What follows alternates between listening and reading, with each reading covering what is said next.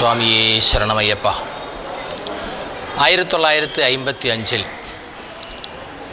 കുറച്ച് ഭക്തന്മാരുടെ ആഗ്രഹപ്രകാരം തുടങ്ങിവെച്ച ഒരു മഹാപ്രസ്ഥാനം കോയമ്പത്തൂർ സിദ്ധാപുത്തൂർ അയ്യപ്പ ക്ഷേത്രമായി വളർന്ന് 1969 കുംഭാഭിഷേകത്തോടുകൂടി ഈ ക്ഷേത്രം വളരെ വിപുലമായി വളർന്ന് ഇന്നീ കാണുന്ന മഹാപ്രസ്ഥാനമായി മാറി ഒരു രണ്ടാം ശബരിമല എന്ന ഒരു ബഹുമാനത്തോടുകൂടി ഈ ക്ഷേത്രം വളർന്നിരിക്കുകയാണ്. കോയമ്പത്തൂരിലുള്ള മറുനാടൻ മലയാളികൾക്കും കോയമ്പത്തൂരിലുള്ള മറ്റ് നിവാസികൾക്കും ഒരു അഭയകേന്ദ്രമായി ഇന്ന് ഈ ക്ഷേത്രം പ്രവർത്തിക്കുകയാണ്.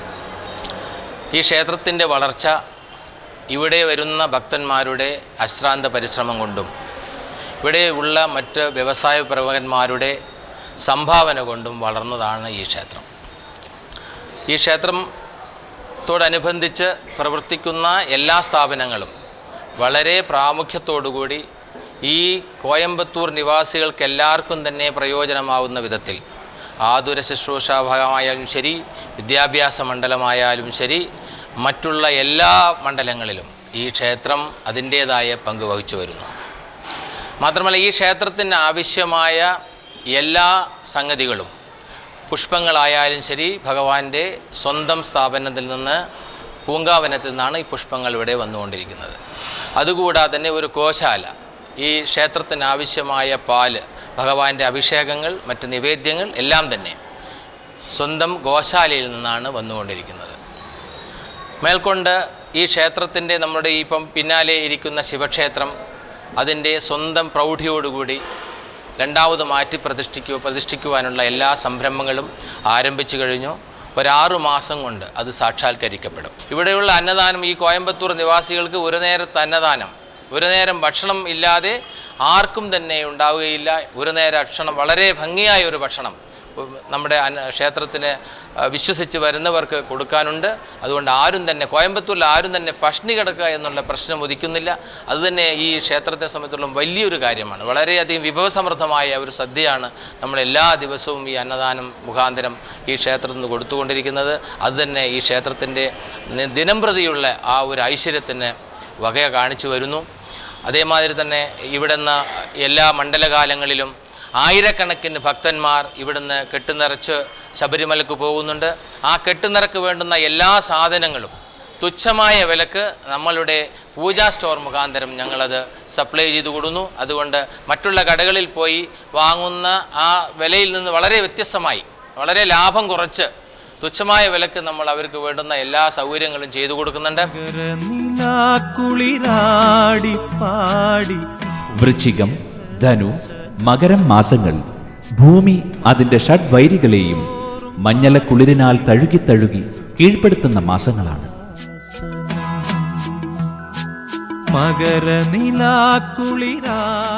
അതെ, സർവചരാചരങ്ങളിലും ആധ്യാത്മിക പ്രകർഷം നിറയ്ക്കുന്ന ഈ മാസങ്ങളിലൊന്നാണ് ഭഗവാൻ തന്റെ അവതാരത്തിനായി തിരഞ്ഞെടുത്തത്.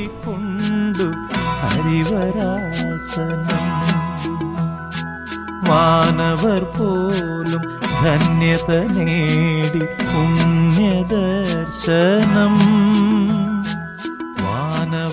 ധനു, ധനുമാസ കുളിരാർന്ന ഒരു ശനിയാഴ്ച ഉത്രം നക്ഷത്രത്തിൽ വൃശ്ചിക ലഗ്നത്തിലാണ് ശ്രീധർമ്മശാസ്താവിന്റെ ജനനം.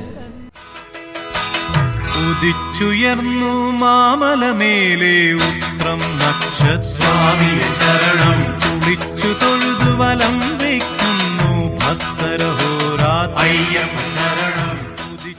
ക്ഷേത്രം പ്രതിഷ്ഠ കഴിഞ്ഞിട്ട് 38ാമത്തെ ഉത്സവമാണെന്ന് ഇന്ന് പാറാട്ടാണല്ലോ. ഈ മീനമാസത്തിലെ രോഹിണി നക്ഷത്രത്തിലാണ് പ്രതിഷ്ഠ ഉണ്ടായിരുന്നതെന്നാണ് കേട്ടിരിക്കുന്നത്. അന്നൊരു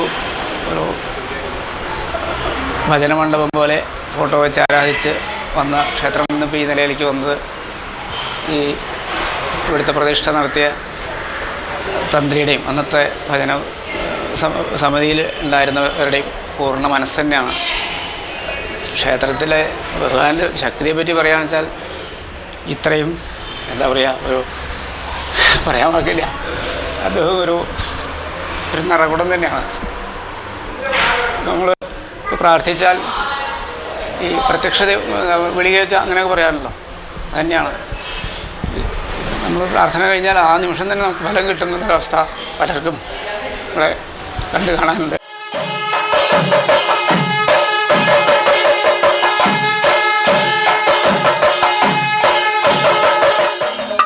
അന്തരീക്ഷത്തിൽ വാദ്യഘോഷങ്ങൾ, ഭക്തരുടെ മനസ്സിലോ പാലാഴി മതിച്ചെടുത്ത അമൃതിൻ മധുരം. ഇത് ഉത്സവകാലം. ഹരി ഓം ഹരിഹരസുദനേ, ഹരി ഓം ഹരിഹരസുദനേ, ശരണം ശരണം ശരണം ശരണം ശരണം ശരണം ശരണം. മണ്ഡല ഉത്സവകാലം, മണ്ഡല ഉത്സവകാലം, താരും തളിരും കൈകളിലേന്തി, പൂവും പ്രസാദവും വിടർന്ന മിഴികളും നിറപറയും നിലവിളക്കും ആലവട്ടവും വെഞ്ചാമരവും വെൺകൊറ്റക്കുടകളും ലക്ഷണമൊത്ത ഗജവീരന്മാരും ഭഗവാന്റെ തിരുവുത്സവത്തിന് അരങ്ങ് കൊഴിപ്പിക്കുകയായി. ഒപ്പം ദ്രാവിഡ പഴമയുടെ തനിമയാർന്ന കലാരൂപങ്ങളും. അതെ, അക്ഷരാർത്ഥത്തിൽ സിദ്ധപുത്തൂർ ഭഗവാന്റെ ദേവനഗരിയായി മാറുകയാണ്. ഇത് കണ്ടു നിൽക്കുന്നതേ പുണ്യം.